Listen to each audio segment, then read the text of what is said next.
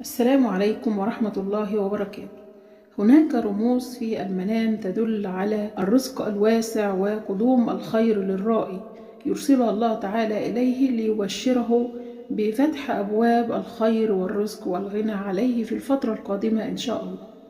ومن هذه الرؤى والرموز القوية التي تدل على ذلك رؤية الطواف حول الكعبة المشرفة في المنام، فهي بشرى عظيمة للرائي بكثرة المال والبركة في منزله وزيادة في رزقه وتحصين أولاده وحفظ أهل بيته من السحر والحسد بإذن الله. أيضا من هذه الرؤى رؤية ولادة مولود جديد جميل في الأسرة سواء كان ذكر أو أنثى. هذه الرؤية ترمز إلى سعة الرزق والبركة في الصحة والمال والفرج الكبير لصاحب الرؤية، كما ترمز أيضا إلى زوال الهموم عنه بإذن الله تعالى. الرؤية الثالثة هي رؤية المباني الحديثة والمرتفعة. هذه الرؤية ترمز إلى الخير القادم للرائي، وأن الله سوف يجعله يعلو شأنه في الفترة القادمة. كذلك رؤية الطيور في المنام وبخاصة رؤية العصافير هي من الرؤى الجميلة والتي تدل على زيادة كبيرة ووفرة في المال والرزق الحلال وسعة في العيش وتغيرات للأفضل في حياة الرائي بصفة عامة.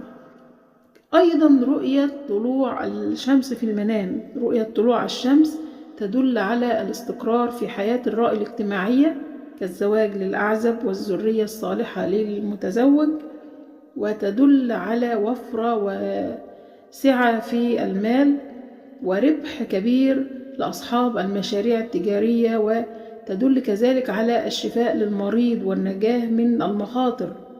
أيضا رؤية القمر المنير في السماء تحمل نفس المعنى السابق.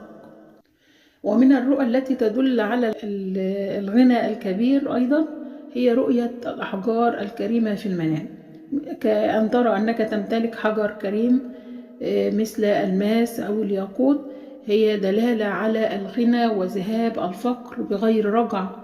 ورؤية استخراج الأحجار الكريمة تدل على رزق طيب حلال سوف يأتيك، ولكن بعد بذل جهد وبعد تعب. وامتلاك حجر كريم يدل على امتلاك المال وامتلاك القوة. أيضا قد يدل على الزواج بالمرأة الصالحة الجميلة للأعزب. أيضا رؤية الطعام المطبوخ في المنام، إذا رأى الشخص أنه يطبخ الطعام أو يسلقه في الماء فذلك يرمز إلى مال كثير ورغد وسعة في الرزق والعيش، وربما يرمز أيضا إلى زواج للأعزب والعزباء. هذا والله تعالى أعلى وأعلم، والسلام عليكم ورحمة الله وبركاته.